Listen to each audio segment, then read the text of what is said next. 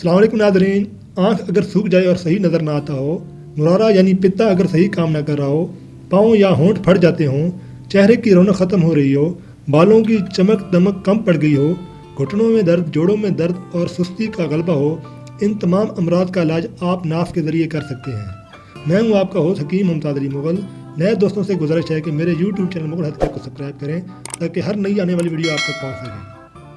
नाज़रीन, एक बूढ़े शख्स की बाईं आंख से सही नज़र नहीं आ रहा था। ख़ास तौर पर रात को तो और नज़र ख़राब हो जाती थी। डॉक्टर्स ने कहा आपकी आंखें तो ठीक हैं, बस एक प्रॉब्लम है कि जिन रगों से आंखों को खून फराहम होता है वो सूख गई हैं। साइंस के मुताबिक सबसे पहले तख्लीक इंसान में नाफ बनती है जो एक कार्ड के ज़रिए माँ से जुड़ जाती है, और इस ही ख़ास तोहफे से जो बज़ाहिर एक छोटी सी चीज़ है, एक पूरा इंसान फार्म हो जाता है। नाफ इंसानी जिस्म का एक हैरान कुन हिस्सा है। साइंस के मुताबिक इंसान के मरने के 3 घंटे बाद तक नाफ का ये हिस्सा गर्म रहता है। वजह इसकी ये बताई जाती है कि यहाँ से बच्चे को माँ के ज़रिए खुराक मिलती है। ये वजह भी है कि हमारी तमाम रगें इस मुकाम से जुड़ी होती हैं। इसकी अपनी एक खुद की ज़िंदगी होती है।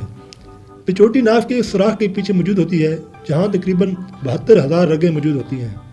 हमारे वजूद में मौजूद रगें अगर फैलाई जाएँ तो ज़मीन के गिर्द 2 बार घुमाई जा सकती हैं। एक छोटे से अमल करने से आप कई अमराज से महफूज रह सकते हैं।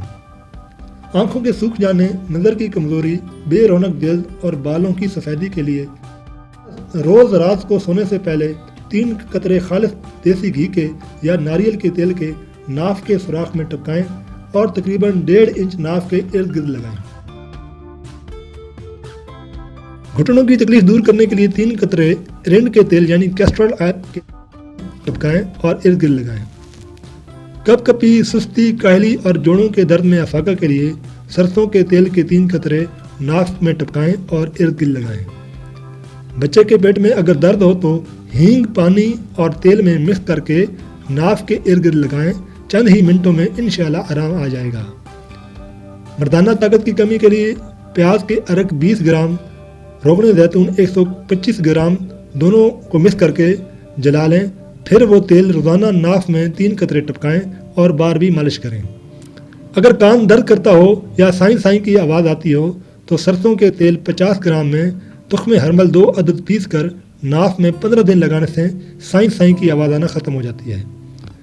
ऐसे ही क़ुव्वत समात की कमी के लिए 50 ग्राम सरसों के तेल में 20 ग्राम दारचीनी पाउडर जला के वो तेल नाफ में लगाने से क़ुव्वत समात में बेहतरी आती है।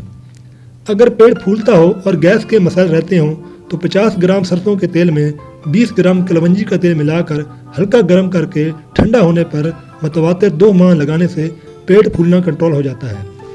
अगर कब्ज़ रहती हो तो नहाने के बाद रोगन जैतून नाफ में लगाएं। इस अमल से कब्ज़ का खात्मा हो जाता है। और मज़े की बात यह है कि रोगन जैतून को नाफ में लगाने वाले शख्स को एलर्जी और ज़ुकाम नहीं होता। नाज़रीन, बाज़ार एक छोटा सा अमल आपको बड़ी बड़ी अमराज से निजात दिला सकता है। नाफ को अपने मामूलात का हिस्सा बनाएं और अगर वीडियो पसंद आए तो लाइक और शेयर ज़रूर कीजिएगा।